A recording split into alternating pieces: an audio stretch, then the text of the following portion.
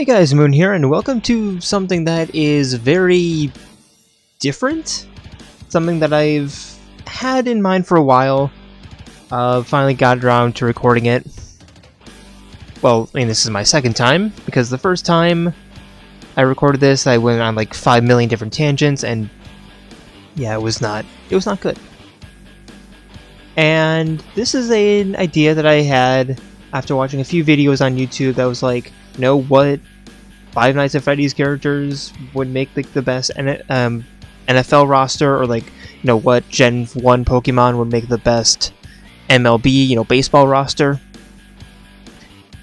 What would a Persona hockey team look like? At least in my opinion. There are a few rules to this. First, playable characters only, and so main characters only, basically. And two, no children and no animals. So that means Morgana's not going to be on here, Koromaru's not going to be on here, and Ken is not going to be on here. And yes, I do understand that I said no children. Technically, all of them are teenagers. Basically, I'm just saying that to exclude Ken, because he's a little bit young.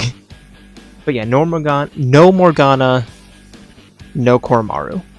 But Teddy, because he technically has a human form. Yes, I know Morgana has a human form, but that's not real, because the third semester is technically not, in the real world.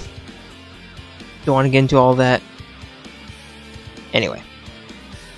And yes, I know I'm going to be saying like a lot of hockey jargon in this video.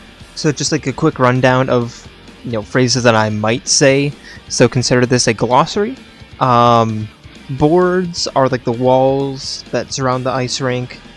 The slot is the area basically directly in front of the goal that extends to the face-off dots. I should have some diagrams up on screen if I don't forget to do that, to make it a little bit easier.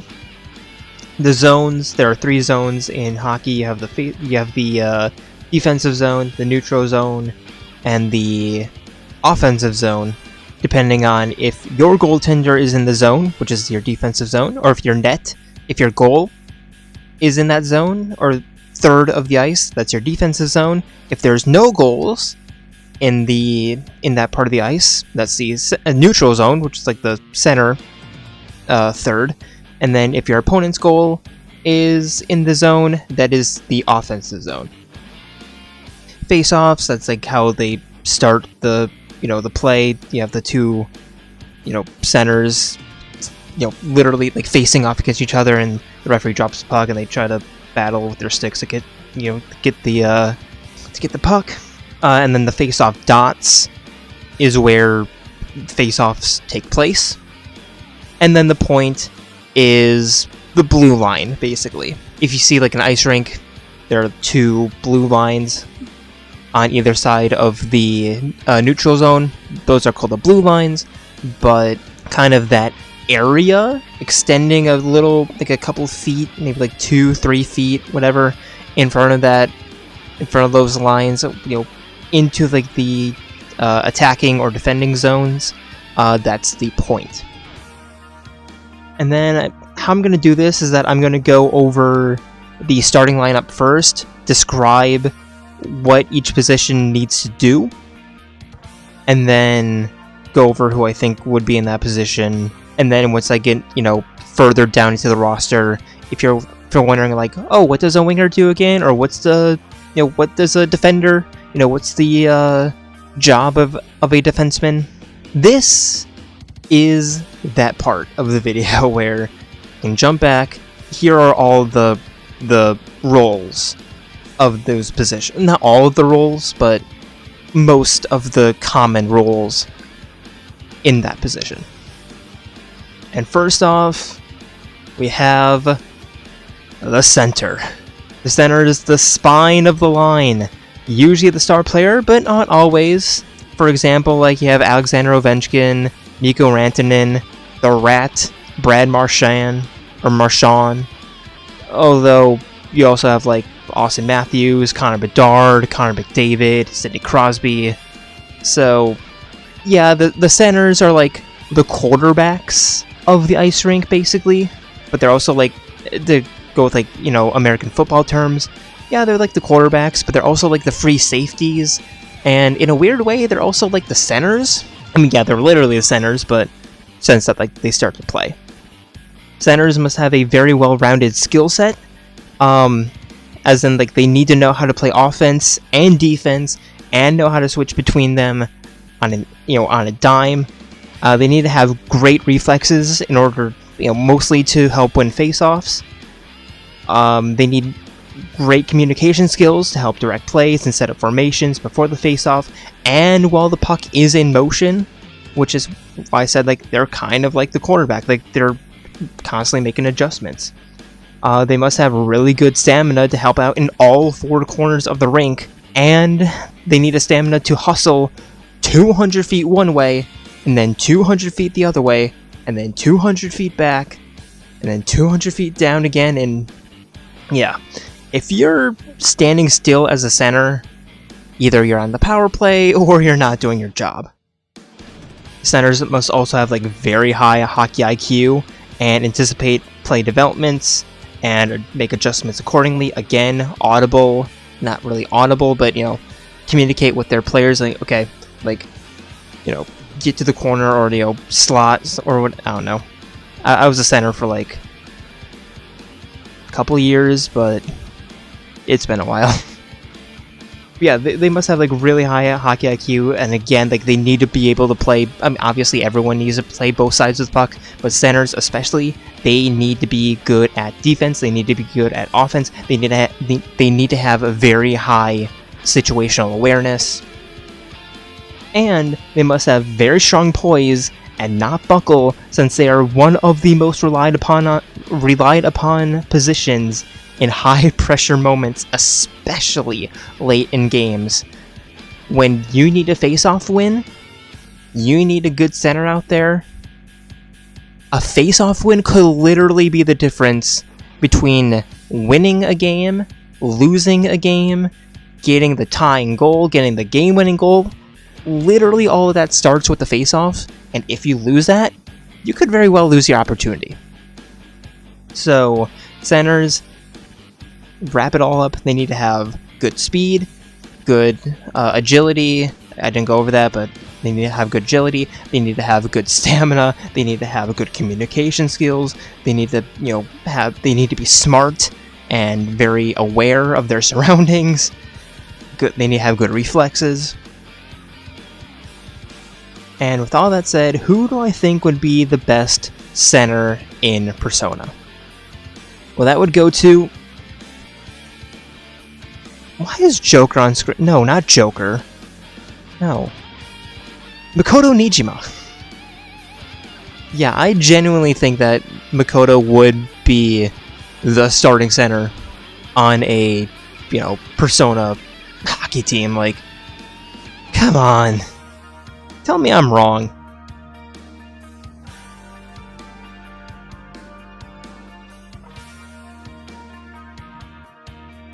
And then on either side of the center, we have the wingers. On the left side, we have the left wing, and on the right side, we have the right wing. It's a very confusing naming convention, I understand that, so. And these guys are like the wide receivers, and the cornerbacks, and maybe like the running backs of hockey. Again, going with like American football terms. And they are often the most offensive-minded players on the ice, although some defensive wingers do exist. I would know. I played one. And if you say, like, oh, you just said you played center. Yes, I played basically all three skater positions throughout my career. I played hockey for like 10 years, and during that time I played all three positions basically on rotation, so at least all three skater positions, so... Wingers typically come in a combination of the four following flavors. You can take a little bit of one, take a little bit of another, you can dip all in one, whatever. First, we have like the snipers, which are the goal scorers. They are shoot first, ask questions later. And then alongside them, you have playmakers, who are pass first.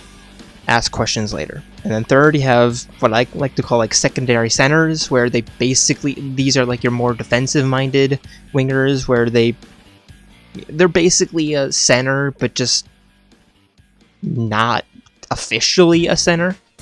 But they could easily take the center position if they need to.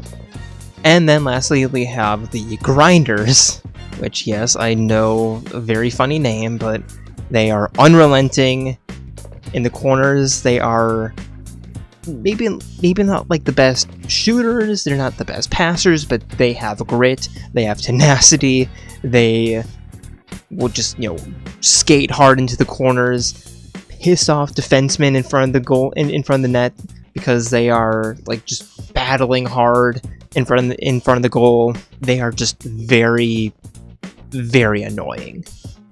Wingers also tend to be a little bit more physical than centers, due to their general proximity to the boards, or crashing the net to screen the goaltenders, or tie up the defensemen who stay at home. I know I said a lot of words, but basically, they skate hard into the wall, they skate hard into the goal. Yeah, they like to get physical.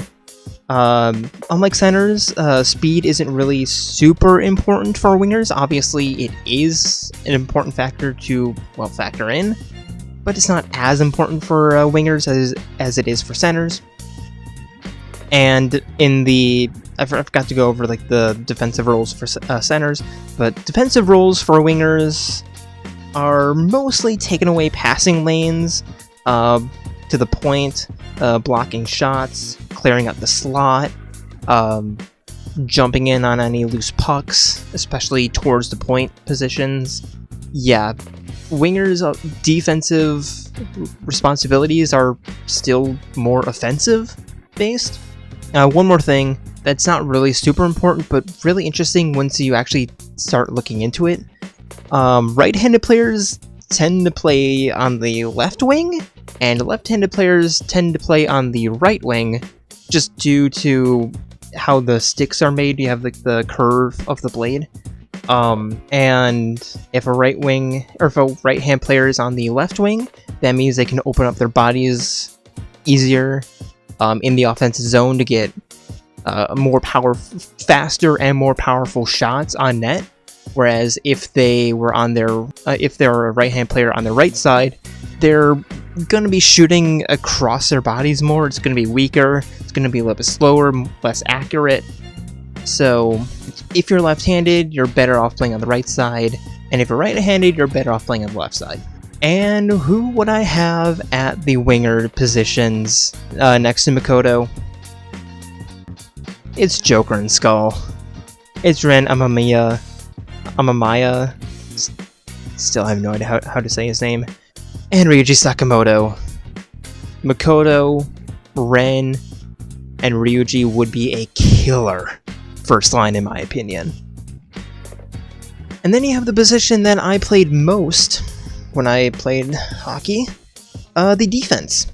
The defensemen, I like to call them like the linebackers, maybe like the strong safeties of hockey. They almost always exist in pairs, so they're never really alone in a vacuum. And they need to have obviously everyone on the ice needs to have communication skills, but defensemen, especially with each other, need to have strong communication skills to efficiently and effectively communicate with each other. And like the best pairings in the NHL are seemingly telepathic with how they know, like, oh, if in this situation I know my partner is hinging back, so I should stay on the point and hold the line, or my partner's gonna hold the line, so I should hinge back,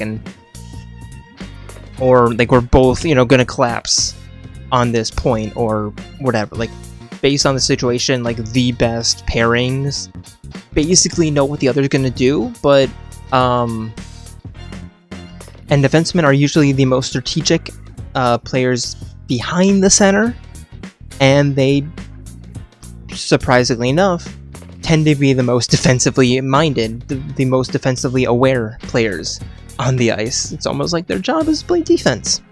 They need to be vigilant that nobody slips behind them. So, they need to know how to count to 5, or I guess 6.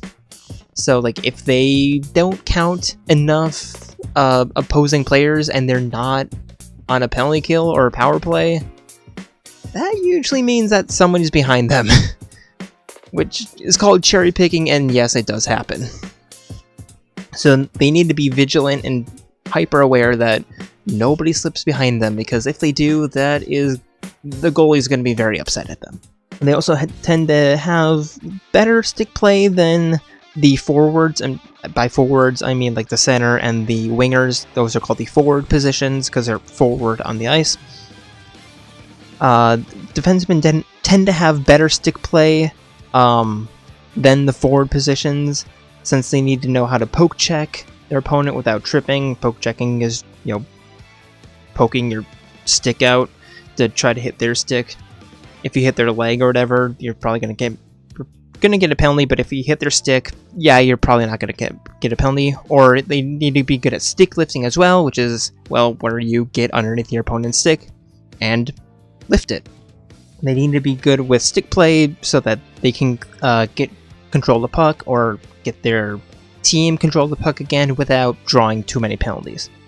Defensemen typically come into flavors. You have the offensive defenseman and the defensive defenseman. Offensive defensemen are more offensively minded defensemen, and defensive defensemen are more defensively minded defensemen. And a good pairing is usually an offensive defenseman with a defensive defenseman, which, covers both ends of the spectrum, so you have a little bit more flexibility.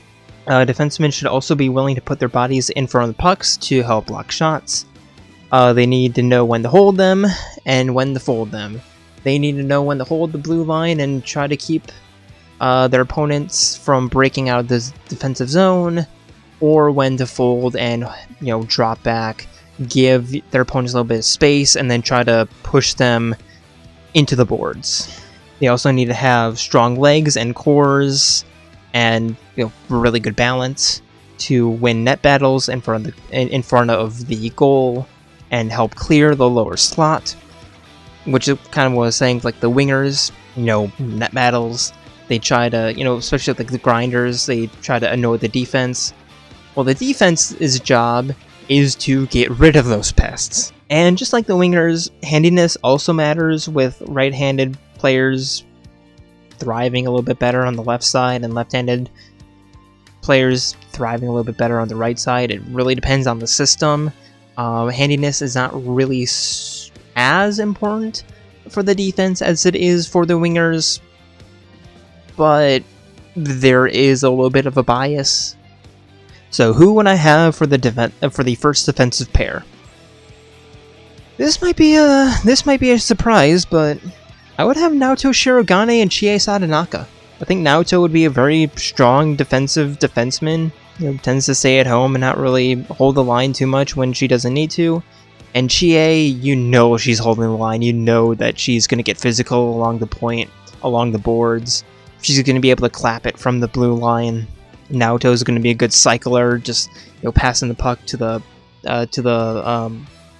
hashes or into the corner to try to create space. I feel like those two would be. I feel like they would be a very good pair.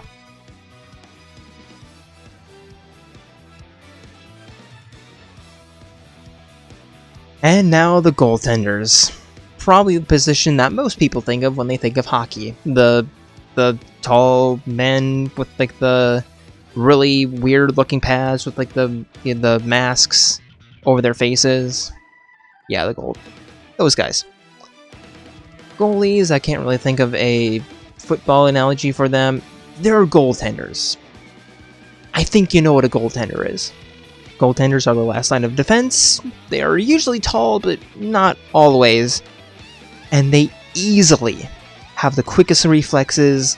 They're easily the most flexible and most athletic players on the ice. They easily have the best eyesight out of everyone on the ice, because they need to move in less time than a blink of an eye, 4 feet, or no, it's 6 feet, because goals are 4 feet by 6 feet. They need to be able to move 6 feet left and right in less time than a blink of an eye, and they need to pick up a tiny disc flying at them at 150 kilometers an hour during a shot, or they need to be able to track it if the attacking team is trying to tic-tac-toe, which is basically just one player passes it to their teammate, who passes it back to them. And goaltenders may be missing a few screws, maybe a few brain cells went on vacation and never returned. They are weird. Goaltenders certainly are weird. But they also need to be pretty smart, because they need to anticipate and calculate puck angles, shot trajectories, play probabilities, all that in milliseconds, and then position themselves to make a play. And they also need to have a rather short memory so that mistakes don't compound. If they let up a big goal, they should just be able to forget about it, reset, and, well, what's done is done. Goaltenders also have to have extremely strong cores and really strong lower body strength to push themselves from post to post, stand back up, drop down to the butterfly, sprawl out and just like cat jump themselves. They also need to be able to sprint to the bench if they're being pulled or if there's a delayed penalty. All this while wearing literally 12 kilos or about 40 pounds of pads. And on top of that, they must have stamina to last a full 60 minutes, plus potential overtime, because typically, if a goalie starts the game, they are ending the game. Unless they get injured, or if they are having a very bad night, or if they're having a really good night and the team's having a really good night and it's like 10-0, then maybe the backup will get some playing time. But assuming a normal game, they're going to be playing the whole 60 minutes. Who would I have for our starting goaltender? I would have Akihiko Sanada.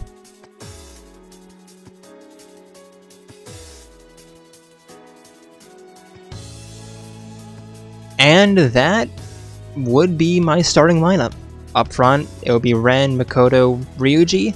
On the point would be Naoto and Chie. And then in the pipes would be Akihiko. Now, hockey teams typically run 4 forward lines, 3 defensive lines, and 2 goaltenders. And the forward lines are broken up into... yes, we have 4 lines, but the first 2 lines are basically equivalent. They are called the top 6. And these are typically your top players, your top forward players. In the first line, they're usually your starters, so they go out there, they try to set the tempo of the game, they try to set the tone of the game, they try to get control of the game early, and these guys are typically your more offensively focused players. And these guys, they usually see about 20 minutes a night or so. And then the second line tries to build upon the first line, and these guys are usually your well-rounded players, sometimes having more defensive responsibilities as compared to the first line. They don't really have to set the tempo. They can, maintain the tempo that the first line set, or maybe try to reset and push into the other team a little bit more. These guys may be your more two-way players, being comfortable on both offense and defense. And they usually see around 18 minutes a night of ice time. And contrary to popular belief, being more skilled does not necessarily mean that you're going to be on the first line. You could have a less skilled player on the first line and a more skilled player on the second line just based on chemistry. Because that is the big thing when it comes to hockey. Line chemistry is not everything, but it's a big part of the equation. And the first 2 lines, teams generally want to keep them roughly even when it comes skill level between all 6 players. The first line might be a little bit more skilled than the second line, but typically skill-wise they're around the same level. And like I said, line chemistry is much more important than raw talent. And for the second forward line, I would have Humanity's companion Sophie on the left wing, Goro Kechi at center, and Kasumi Yoshizawa or Sumire Yoshizawa on the right wing.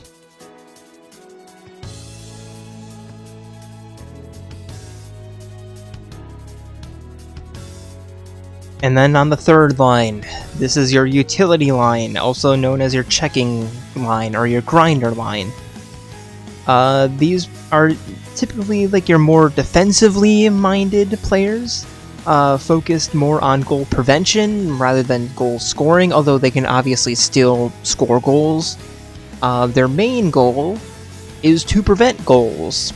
Well, obviously their main goal is to score goals, but they're more likely to prevent. They're more designed to prevent goals than the first two lines. This is usually a more stable, more coachable line, pretty average line, if I say. They usually see about 15 minutes a night, but they could see more or less ice time depending on the system. If the coach rolls 2 lines, 3 lines, some coaches roll 4 lines, but typically coaches either roll with 2 lines or 3. But yeah, like I said, these guys are more defensively minded. They are a little bit more physical. They're the line that you throw out there if you need to just kill time. If you need like a big defensive zone stand, you might throw out your third line. And for the third line, I would have Aigis at the left wing, Makoto Yuki at center, and Junpei Iori at the right.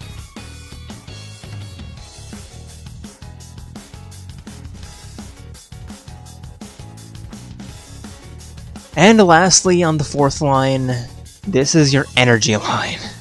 And again, just because the fourth line is not necessarily your weakest players, although third and fourth liners are, yes, they are typically weaker than first and second liners.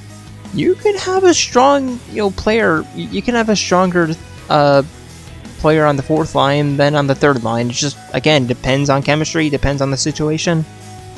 But the fourth line, this is your energy line, full of high effort, high energy, high impact players. They're there to fire up the team, flip momentum if the momentum needs flipped, pile on the momentum if the momentum needs piling on, and they just go out there and just eat time. They generally stay around 10 minutes a night, so they're not out there as much as the first and second line, but they see their fair share of ice time. And when they're out there, yeah, they are just flying. On the fourth line, expect big hits, big plays, big impact, like I said, but not necessarily a lot of goals. But maybe not a lot of goals scored against them either. And the fourth line is also typically where coaches like to put, young talent. The third and fourth line, typically where coaches put young talent to help them develop, help them get up to speed, so that they're not fully thrown into the deep end. Get their feet wet a little bit. And on the fourth line, I would have Yosuke Hanamura, Yu Narukami, and Teddy.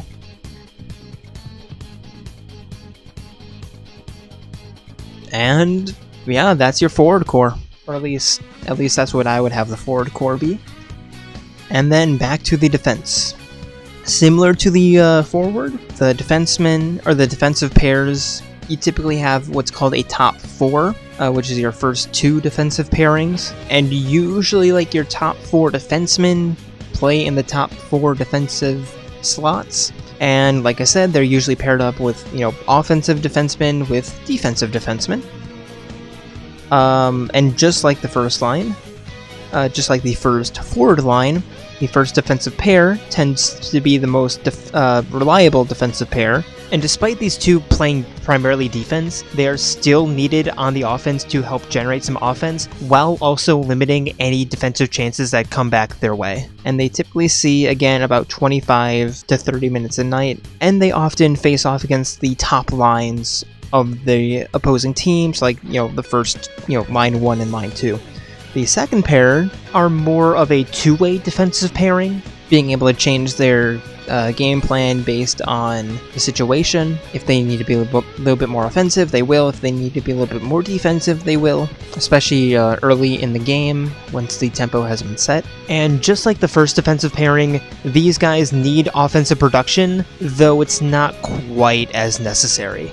And the second defensive pair typically sees about 20 minutes a night, so a little bit less than the first pair, but not that much less. And they typically face off against the middle lines of the opponent, so like line 2, line 3. And just like on the forward core, pairing chemistry is much more important than raw skill. And again, just like the forward core, when it comes to the first two pairings, the skill set is roughly equal between the four defensemen. And on the second defensive pair for the Persona team, I would have Shinjiro Aragaki and Yusuke Kitagawa.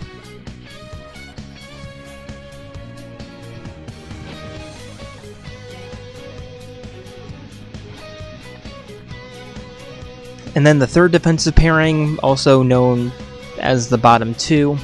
These two are primarily there to give the top pairs a rest. They usually see about 15 minutes a night, so because there are fewer defensemen than forwards, defensemen typically see more ice time than forwards do. And the third pair usually faces off against the bottom lines of the opposing team, so like your third and fourth line. And again, just like the forwards, the third defensive pair is also sometimes used to help develop younger talent. And for the third defensive pair, I would have Haru Kumura and Anta Kamaki.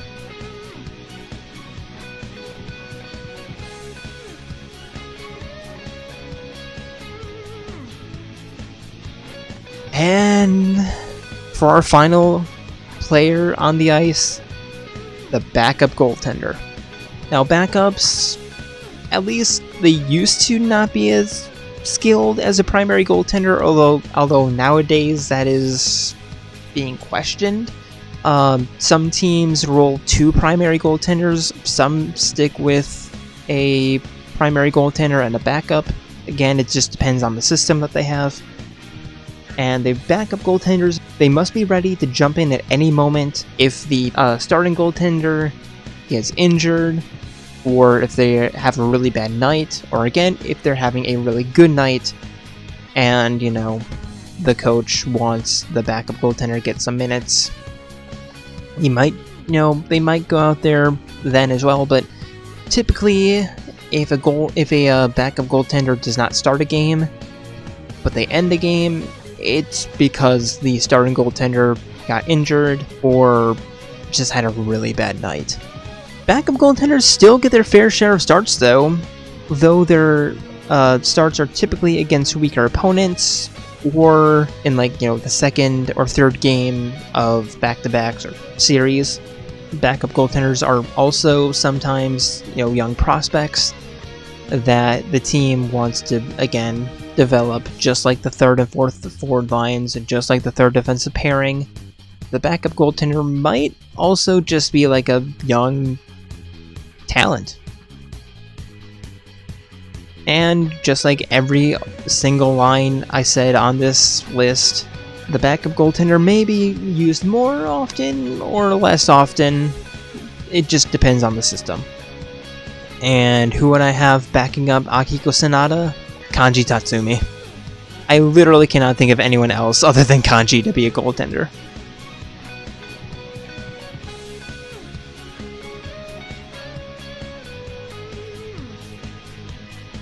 Now, that's all well and good, but somebody's got to coach them. So, for the coaching staff, because yes, I went this deep, I went this far, first we have the head coach. Now, I had to do a lot of research into head coaches and assistant coaches and associate coaches to get, what the difference between all of them is. And head coaches take more of a managerial role on the team. They focus on the team as a collective, as a full collective, rather than as individual units. Head coaches are in charge of running practices, setting the lineups and the rosters, kind of like what I'm doing here, dictating on-ice strategies, adjusting those lines or strategies as needed during games, or after games or before games or whatever. And they track player performance and, like I said, adjust the rosters accordingly. So if a player is playing really well, they might get promoted a line up, or if they are struggling, they might get demoted a line down. Head coaches also name captains and assistant captains. We'll get into those later. Head coaches also are in charge of timeouts, and are usually, but not always, but usually, the ones who talk to the referees in between plays. And head coaches are in charge of the entire coaching staff and manage all of the on-ice matchups. So, like, they have their second line out, we might throw our first line out, or we notice that their second line is struggles against our third line, so, hey, third line, get out there. And they are usually the ones to call when the bench needs to be shortened, so if fewer players play throughout the game, or lengthen the bench, or give more opportunities to more players to get on the ice. And who I would have as the head coach of this Persona team, it's Mitsuru Kurajo. Like, I literally could not think of a better head coach than Mitsuru. Come on, look at these, look at everything I have said. This is Mitsuru. All these roles, all these jobs, this is Mitsuru.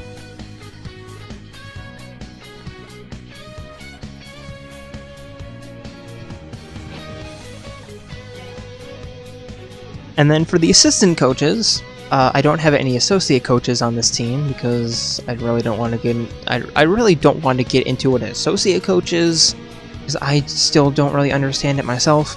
But for the assistant coaches, there are two of them. One working with the forward core, and one working with the defensive core. For the forward assistant coach, these coaches work with players individually, and are usually the ones giving feedback to the players. They're the ones running the offensive drills. They're the ones running the Powerplay drills.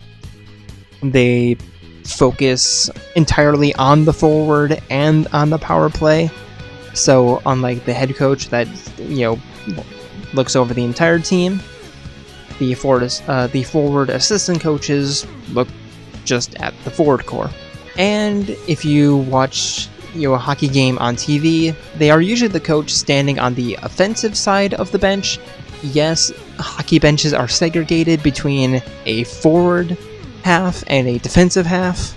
Forward assistant coaches help develop, shooting skills, passing skills, puck cycling, stick handling, offensive positioning, break-ins, the more offensive skills. And this is where I would have Yukari Takaba.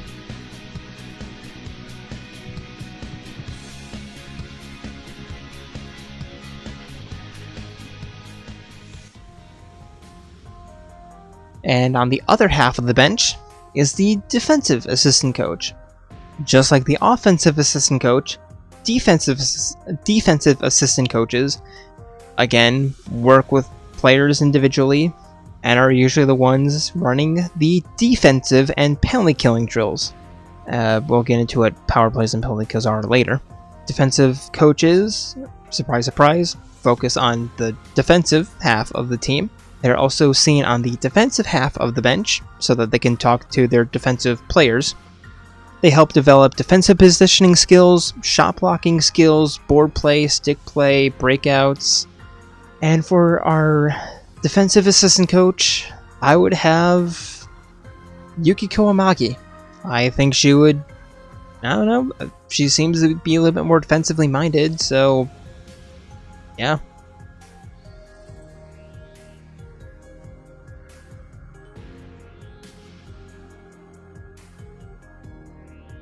And then the goalie coach.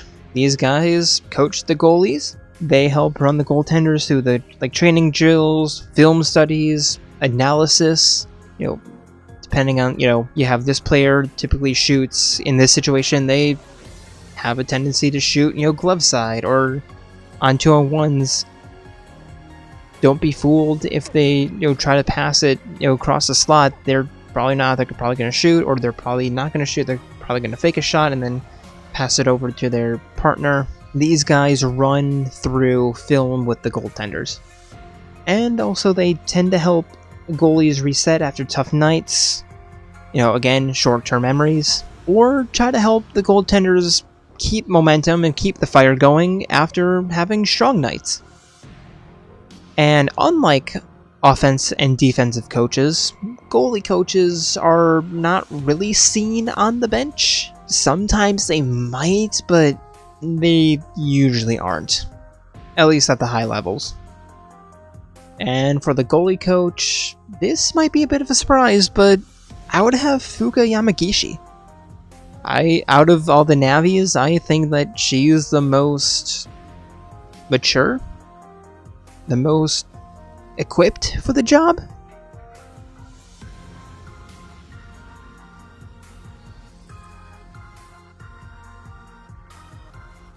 And then last but not least, not really a coach, but I didn't really have a place to put them. It's the medical trainer, and these are the ones running the off-ice training, running conditioning drills on and off the ice. They're the most medically knowledgeable, often being like the team first aid or the team doctor. They help players prevent future injuries and rehabilitate current injuries. And they tend to advise the head coach on the injury reports and like who they believe is should play, who they believe should sit. Maybe a player shouldn't be playing games, but they might be cleared for practice. All of that is the discretion of the medical trainer. And I would also give this to Yukiko Amagi. Although I could see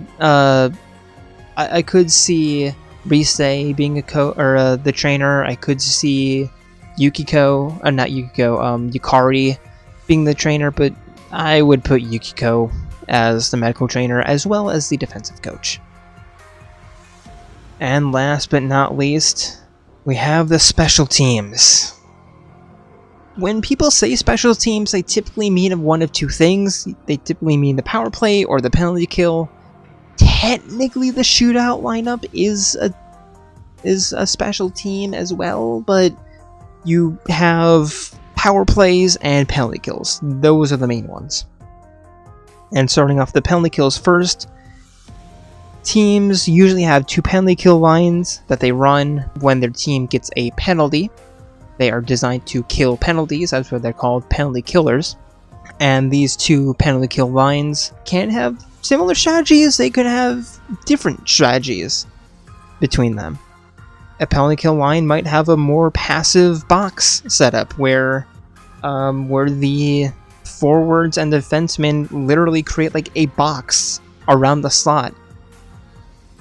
Or you have a more aggressive diamond strategy where you have 1 player towards the top of the slot, 2 players towards the hashes, or maybe a little bit more towards the face-off center or face-off dots, and then 1 defenseman at home. And both of these are designed to give the attacking team the perimeter, but not the center of the ice. Or you might have a wedge or a triangle setup where you have 3 players at home around the slot, and then 1 player kind of going out and being a little bit more provocative. The main goal of the penalty kill is to survive the penalty, to kill the penalty, and to not be scored on.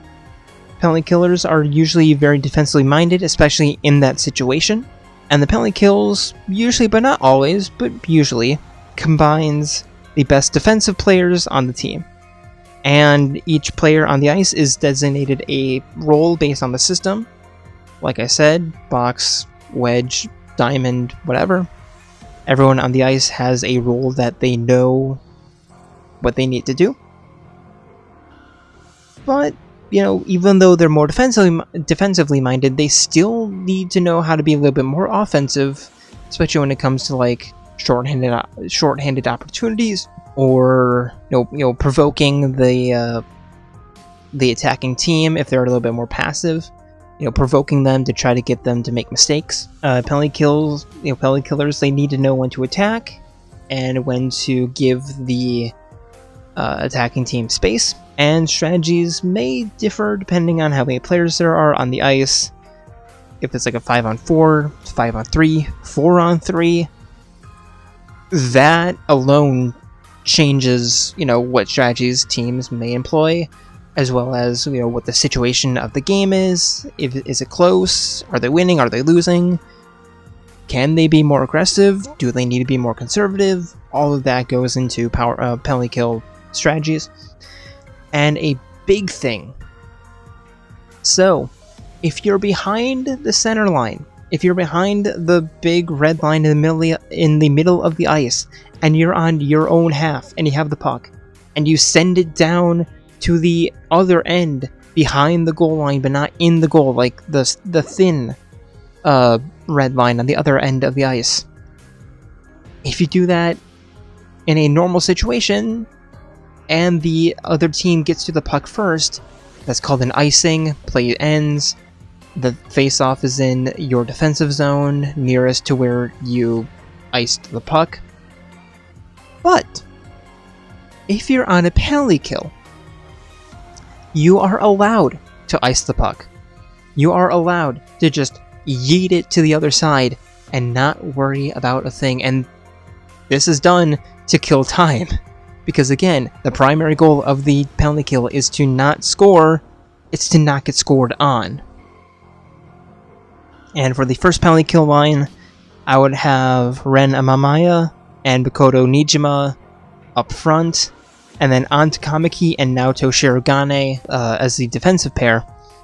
And the second penalty kill line, I would have Makoto Yuki and Aigis as the forwards, and Yusuke Kitagawa and Haru Okumura as the defensive pair. And then on the flip side, when the other team has a penalty and you have a man advantage, that is called the power play. Again, teams usually employ 2 power play lines that can have similar strategies, can have different strategies between them.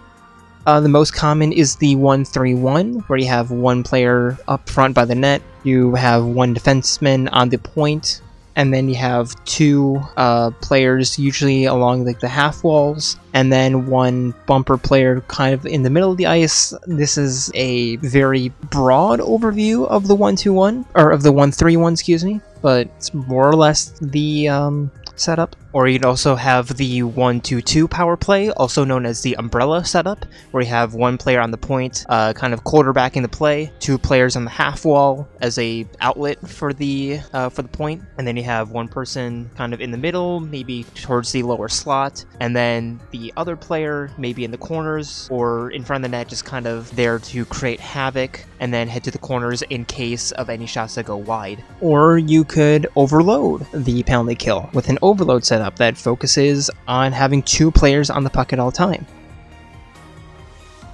And the primary goal of the power play is to break the defensive structure of the penalty kill to create scoring opportunities. And penalty kill or power plays are typically very offensively minded and combines the more offensive players on the team. And just like penalty kills, each player on the power play has a designated role assigned to them based on the system.